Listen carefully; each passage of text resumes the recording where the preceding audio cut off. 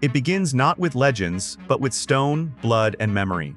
Long before history was wrapped in myths and heroic songs, human conflict was carved into rock with brutal honesty. This was not a story invented later to explain the past. It was written by those who lived through it. In the early days of civilization, when writing itself was still new, war was already being documented.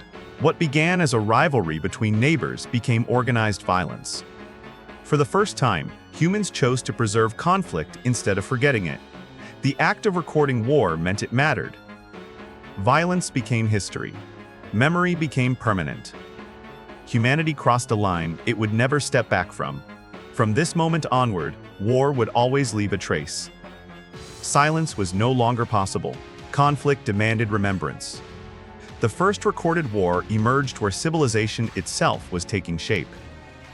Mesopotamia lay between the Tigris and Euphrates rivers, fertile yet dangerously fragile.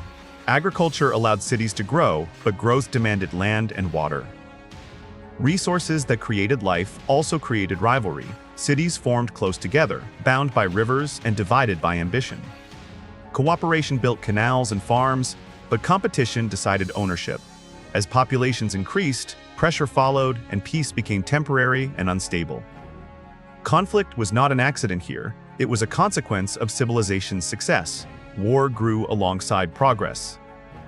Civilization created order, but it also created tension. Growth demanded defense, and prosperity invited rivalry. Sumer was a civilization of cities, not unity. Each city-state had its own ruler, its own god, and its own pride. Loyalty ended at the city walls. Cooperation existed, but mistrust was constant. Cities competed for farmland, irrigation canals, and trade access. Identity was local and fiercely protected. Power was measured by survival, not ideals. Disputes did not wait for long negotiations. When tension rose, force followed. The structure of Sumer made rivalry unavoidable. War was not an interruption of life. It was woven into it. Peace depended on balance. Balance rarely lasted. Rivalry became routine. The first recorded war ignited between two cities that shared too much to coexist peacefully. Lagash and Umma stood side by side, divided by a narrow but fertile strip of land. That land controlled food, water, and stability. Treaties attempted to define borders, but enforcement failed. Accusations replaced trust. Each city believed the other threatened its survival. Pride hardened positions. Compromise was seen as a weakness. What began as a disagreement turned into hostility. Hostility became preparation. Preparation became war. Neighbors became enemies. Geography fueled resentment. Proximity made peace impossible. This conflict was driven by survival rather than conquest or fame. The disputed land was essential for crops and irrigation. Losing it meant hunger and decline. Victory meant stability and control. Soldiers were not chasing an empire.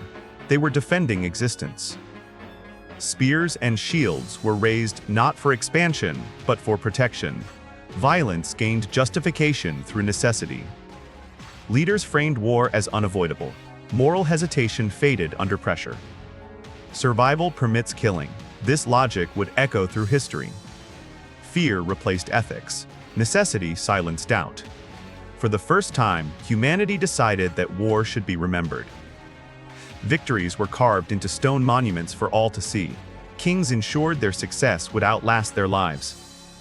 The stele of the vultures showed soldiers marching and enemies fallen. War was transformed into imagery and narrative. Writing gave violence legitimacy. Conflict was no longer fleeting.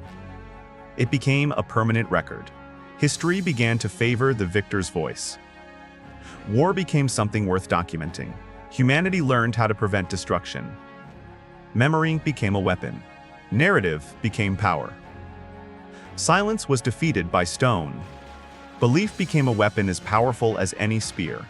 In the absence of modern law or shared morality, religion filled the gap and gave war its justification. Each city claimed that its god had chosen a side, turning violence into divine instruction. Soldiers were told they were not killing neighbors, but enemies of the gods themselves. Victory became proof of divine favor. while defeat was explained as punishment or betrayal by the divine. This belief erased doubt and silenced hesitation. Leaders hid ambition behind faith, presenting war as a sacred duty rather than a human decision. Questioning the conflict meant questioning the gods, something few dared to do. Faith transformed fear into obedience. Bloodshed gained moral protection. War was no longer just necessary, it was righteous. Violence now carried spiritual approval. Winning the war did not bring an end to fear or hostility. Lagash may have claimed military success, but the conflict left deep scars on both sides. Borders were redrawn, yet mistrust remained unchanged. Treaties were signed, then broken when conditions shifted. Defeat did not erase resentment, it preserved it. The war taught cities how to organize armies, not how to live together. Peace existed only on stone tablets, not in minds. The memory of violence outlived the fighting itself. Soldiers returned home, but suspicion followed them.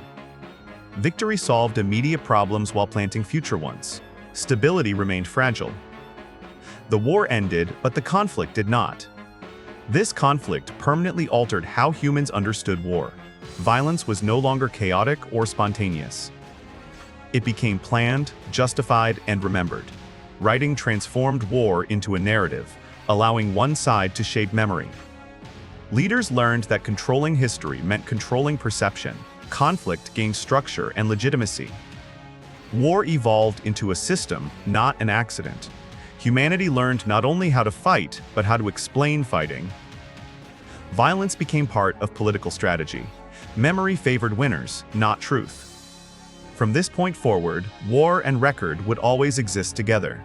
Humanity stepped into an age where destruction could be preserved. The logic of the first recorded war never truly disappeared. Land disputes turned into borders. Survival became ideology. Religion, honor, and later law were used to justify violence again and again. Empires rose using the same reasoning that once drove two small cities to fight. Technology advanced, but motives remained familiar. Each generation believed its wars were different, even necessary. Each followed the same structure of fear, justification, and memory. The rivalry of ancient city-states echoed through the centuries. Humanity refined war, but never escaped it. The pattern expanded with civilization itself. Progress carried conflict forward. The first recorded war stands not as a beginning, but as a warning. It shows how easily rivalry becomes violence. How survival transforms into justification. How belief and memory protect bloodshed from questioning. Civilization and war were born together, not separately. Humanity documented destruction as carefully as achievement. The stones still speak across thousands of years. They do not celebrate peace or wisdom. They remember blood, power, and pride, and they quietly ask whether humanity ever learned restraint. The warning remains unanswered. History continues to repeat the question. Do you think the first recorded war changed how humanity sees conflict forever?